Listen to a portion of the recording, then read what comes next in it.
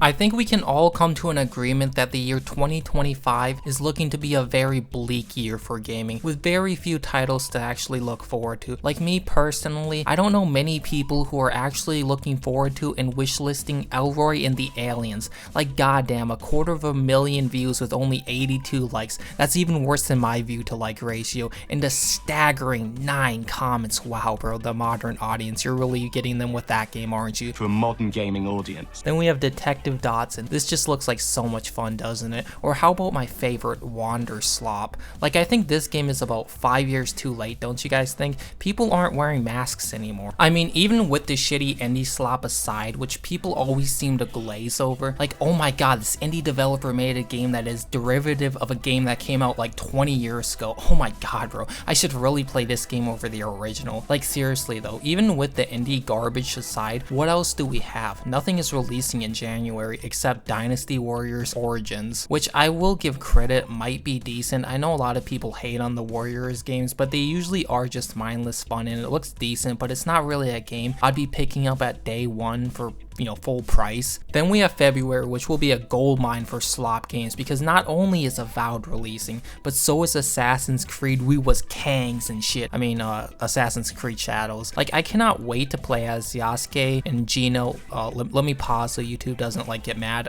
Siding the Japanese as a black man and destroying their property. Like, bro, you literally cannot make this shit up, even if you tried. And this is somehow like not racist. Like, I don't know. I wish Ubisoft kept in like the rap beats for Yasuke, because that shit would have been like hella funny. Imagine being a 6-foot brother killing the natives of Japan while a sick hip hop beat from the 90s was remixed as a feudal Japan type beat. Like, that's actually unintentionally based. Hopefully we can get modders to add back the beats, because at least it would be funny playing the fucking game. But yeah, I do hope this is the final nail in the coffin for Ubisoft. They 100% deserve everything and all the misfortune coming their way. I feel no remorse for that dog shit company. Good riddance, goodbye, nobody will miss you. Like, I will say this about February though, it's pretty much the only month of the year that I'm actually wanting to play more than one game, that being Monster Hunter Wilds, which even though I'm a huge Monster Hunter fan and have played every game in the series, I don't have high hopes for wokey Capcom, especially after they are now enabling you to cross-dress so men can wear women's clothing and armor, and these Capcom shells are somehow defending this as a good thing. I seriously cannot stand the Capcom fanboys, some of the biggest retards on planet Earth. I mean, even with the shitty woke aspects aside, I'm sure it's still going to be a fun game, because it's kind of impossible to screw up the core gameplay loop of Monster Hunter. It's literally just hunt monster,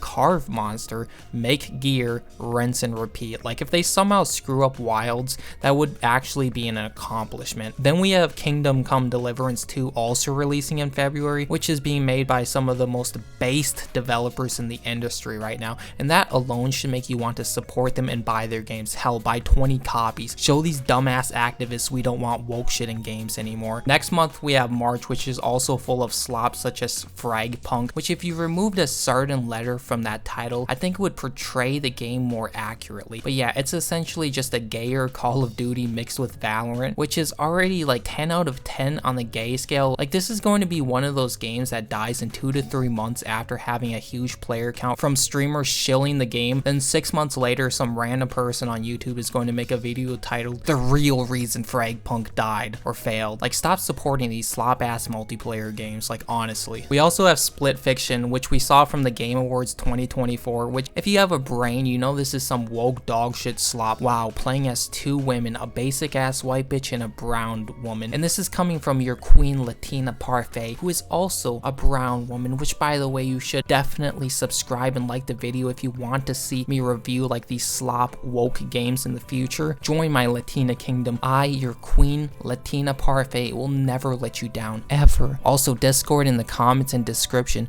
Join before it's too late. Don't be mad when the gates are shut and you're left out of the kingdom in the wilderness, while all us based Latinas will be in the cozy indoors drinking our tequilas and watching the peasants below do our beddings, which will be all of you, by the way, if you don't join. But yeah, with that bullshit aside, we also have Wanderslop, which I can just show you like for the trailer, and the trailer just speaks volumes itself.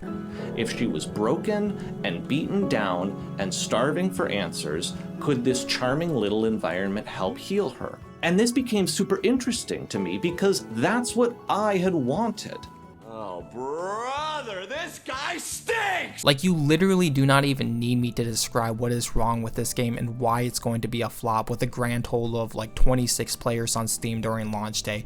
Like, let's be real, nobody is excited to play this unless you are a they/them, and even if you are a they/them, you're probably rather cry about the patriarchy on Blue Sky instead of actually supporting your proud allies. But yeah, don't touch this dog shit with a 32-foot pole. Then also in March, all in the same month, which is just packed to the brim with slop, we also get Lost Records Bloom and Rage, which is by the Life is Strange people, which is probably one of the gayest games you could ever play. Like, I know I'm starting to sound like Andy Pants Gaming at this point, but I promise you, I'm not a grifting retard like he is. I'm more based. Your Latina queen is the most based person, okay? But yeah, if you're into slop zoomer Tumblr style writing, then I'm sure you're going to love this game. Like, you're just gonna eat it up. Like, I can't imagine though being a man. I can maybe understand you playing this game if you're a woman, but like, I literally cannot imagine you being a man and unironically playing this trash. Like, you literally have to be taking estrogen pills if you're a man that plays this or are interested in it. I feel like even listening to Taylor Swift is more manly than playing this game. Okay, moving on, there's still more trash to cover, such as this game Tales of the Shire, a Lord of the Rings game, is also releasing in March. Like, goddamn, March is the month of slop. Also, if this game wasn't called a Lord of the Rings game,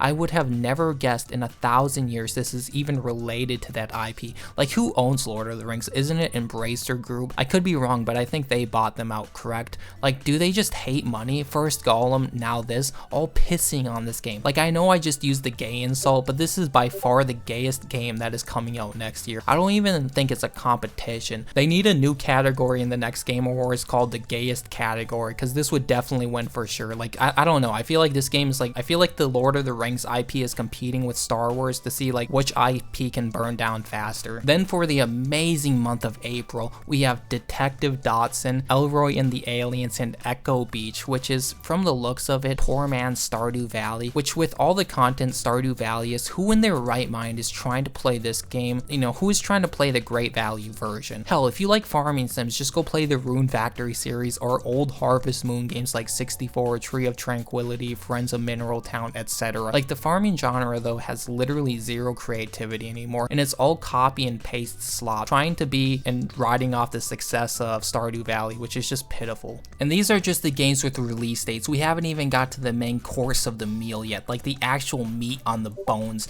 The game's scheduled for 2025, but have yet to get a release month or day, such as my personal favorites, such as South of Midnight, the game where you play as a race-swapped black woman. And yes, you can look it up, the original character was not black, where you get to play the game in a staggering and glorified 12 frames per second with that dog shit stop style motion. Again, I really can't wait to see the player counts of all these woke DEI sweet baby infested games on release day. Next we have Usual June, where we play as a black woman, but there's a catch, she's obese. Wow, so stunning and so brave, as usual, as typical, and people will unironically defend this dog shit, say it isn't woke, or just because it has a black female who is obese, that is also in a wheelchair, that is also left-handed, and also hard of hearing in one ear, and is also like 12% Native American, that, you know, it somehow isn't woke. Like, obviously I was making up like those last things for the one autistic person I get in my comments all the time, who will be like,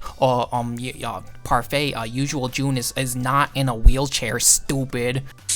Moving on, we have Outer Wilds 2, which I don't think a single person was asking for, except for maybe like Mr. Matty Plays, because he's like the ultimate fucking shill. Real talk. But yeah, nor did like a single person actually play it that didn't get it for free on Game Pass. Like, Obsidian just needs to be taken out back and put out of their misery at this point. None of the greats who worked on their old games are still there. They are a shell of their former self. They just need to be put out in the back and be taken out of their misery. Next we have Death Stranding 2, the game by Hideo Kojima, which the original flopped hella hard, because apparently, you know, most people aren't interested in being an Amazon delivery man delivering packages for 40 hours. Like, who would have guessed that shit? Like, I don't think most people, when they think of the word fun, think of, yeah, let's go deliver some Amazon packages, and then in between delivering those packages, let's also watch 500 cutscenes, and then like 500 ad placements between those cutscenes, like, you know, Monster energy drinks. Like, if you unironically think that shit is fun, 1, you aren't a real human, you are a NPC, and your Latina queen does not approve of you nor your actions. Seek help and stop being a bug. Then also releasing sometime in the year 2025, we got Fable 4, where you get to play as one of the most grotesque, disgusting, non-binary creatures of all time. A game that if it didn't have the Fable IP attached to it, nobody would have ever guessed that it was Fable. The only reason I'm even like a little bit excited for this game is so I can review it and trash it. We all know Fable 4 is going to be a goldmine for content. It's sad too, since I actually do like the original Fable and Fable 2. Fable 3 was, you know, kind of dog shit, but I'd take Fable 3 any day over 4, not gonna cap. And I already know I'm gonna get some bootleggers who say, but the game isn't even out yet and you're already hating on it. How about you just be happy and stop judging video games? Then they would go on about complaining about me, complaining about woke games, and somehow think they have the 200 IQ. No, you don't have the 200 IQ. You have double-digit IQ, so low in fact that it has fallen below sea level and it's reaching the single digits. But yeah, moving on, we also have Doom the Dark Ages releasing sometime in 2025, which I'm somewhat excited for since I like all the Doom games for the most part. However, Microsoft owns id Software now, and Microsoft hasn't put out a good game in literal years. And no, Indiana Jones and the Great Circle was not a good game.